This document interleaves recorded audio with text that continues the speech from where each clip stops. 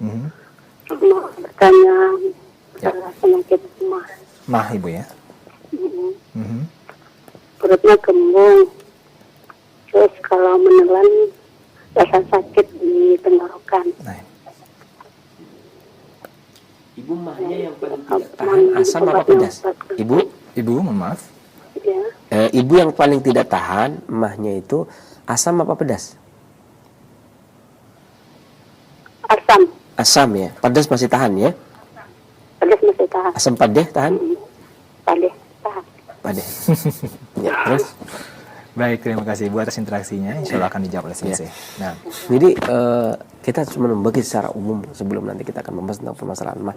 Jadi ada orang yang gangguan sama ya, di pasien datang misalkan sakitnya apa mah, tapi dia paling tidak tahan terhadap asam. Ada lagi mah, tapi dia paling tidak tahan terhadap pedas. Asam tahan ya. Dan gambaran secara umum berarti kalau tidak tahan asam karena asam lambung udah berlebih, ya kan? Kalau udah berlebih kan berarti nggak tahan.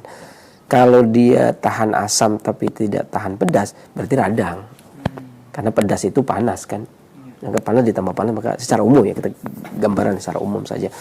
Maka ketika penanya yang dari Padang ini kemudian lebih tahan pedas daripada asam ya, maka yang perlu diperhatikan adalah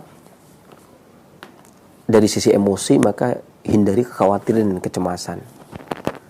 Hindari kekhawatiran dan kecemasan serta banyak pikiran. Karena terkadang walaupun penyakit ini pastinya bisa jadi dikarenakan menyerang tabiat, atau bisa jadi penyakit ini menyerang dikarenakan adatnya atau kebiasaan si penderita itu tadi. Ya.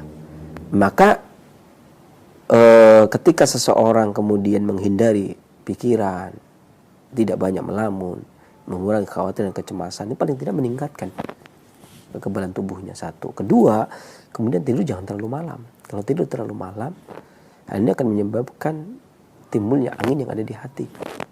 Naiknya angin di hati, maka asam di hati akan mengalir dan menekan ke perut besar. Maka hindari tidur terlalu malam. Hindari banyak pikiran, hindari kekhawatiran, ya. Dan beberapa bahan obat yang bisa digunakan, ibu bisa menggunakan untuk kembungnya, ibu bisa menggunakan 1 ibu jari kencur. Kalau tidak ada kencur, bisa memakai jahe. Ditambah dengan 1 ibu jari kunyit, ya. Tapi kunyitnya ini umbinya. Kunyitnya ini kunyit ini rimpangnya, bukan umbinya. Kalau umbinya itu buat yang buat yang tidak tahan pedas, maka dia menggunakan umbinya. Tapi kalau dia tahan pedas tapi tidak tahan asam, maka baiknya dia menggunakan rimpangnya. Rimpang itu cabangnya, ya, 1 jari, kurang lebih 1 jari telunjuk. 1 jari telunjuk, rimpangnya ditambah dengan 1 jari kencur. Ya, kalau nggak ada bisa digantikan dengan jahe besar boleh.